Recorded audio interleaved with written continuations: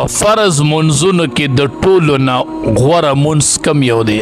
څومره فرض منځونه چې په دې کې د ټولو نه غوره منځ تاسو پیژنئ چې کم یو دی؟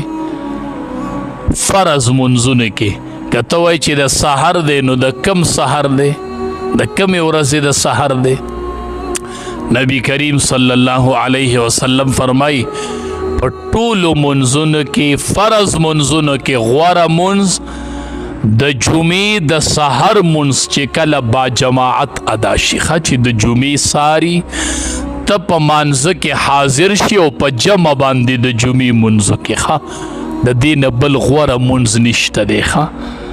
نو تاسو به خیال کړئ مونږ چې کله د جمعې ورځ شي نو د جمعې په ورځ باندې سحر مونږ نه کوي او د جمعې مانځه دپاره 2-3 غنټې مخکې تیاری شروع او سحر د جمعې په سحر باندې فرض مونځ سحر پرېښود دی. دا مونځ دغه مونځ د دې نه غوره دی. نبی کریم صلی الله علیه وسلم فرمای په منځونو کې د ټولو نه غوره منځ چې دی هغه د جمعې د سحر منځ دی، چې د جمعې سحر وي او سړی د جمعې د سحر منځ وکړي خو با جماعت یې وکړي، د جمع سره وکړي، د دې نه بل غوره منځ نشته دی چې کله یې بنده د جمعې په سحر وکړي. دا غوره منځ دی. دا د نبی کریم صلی الله علیه وسلم مونږ ته ارشادات دي. صحابه کرام ولې کامیابو؟ هغې چې به د نبی کریم صلی الله علیه وسلم نه خبره واورېدله صحابه کرامو به پې بیا عمل کو. انس رضی الله تعالی عنه فرمایي وی نبی کریم صلی الله علیه وسلم له یو ورځ یو ټیلر ډوډۍ وکړله.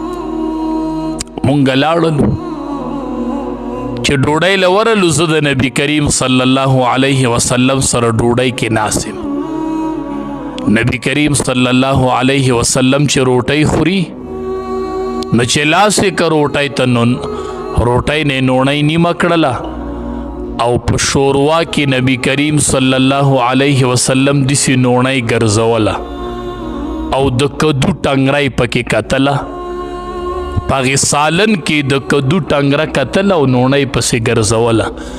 انس رضی الله تعالی عنه فرمایي چې کله ما ولید چې نبی کریم صلی الله علیه وسلم د کدو په ټنګره پسې نوڼۍ ګرځي، وی ما د مرګه پورې چې څومره مې ژوند و ما بیا د کدو سره محبت کړی دی. ښه چې په هغه ورځ په کدو مین شوم، دا مې صرف نبی کریم صلی الله علیه وسلم ولید چې هغه د کدو په ټنګره پسې نوڼۍ ګرځوله، ما د مرګه پورې بیا د کدو سره محبت کړی. ما چې نبی علیه السلام ولید زه بیا په کدو باندې مین وم. علی رضی الله تعالی عنه فرمای چې کله نبی کریم صلی الله علیه وسلم او فرمایل د غسل ذکر کو د جنابت د غسل چې کله د ویختم رضی وچ پاتې شي په بدن کې نو غسل اونشو. چې کله ما دا خبره واورېدله نو عادیت رأسی ما د سر سره دشمني شروع کړله. د هغې نه پس په ما بیا سر کټاکو، ما وی اسې نه چې زه غسل د جنابت کوم او هغې کې رانه د لاندې چرته ویښته کې چرته وچ ویښته پاتې نشي. د هغې ورځې نه پس ما د سر سره دشمني شروع کړله او ما به بیا سر خریو.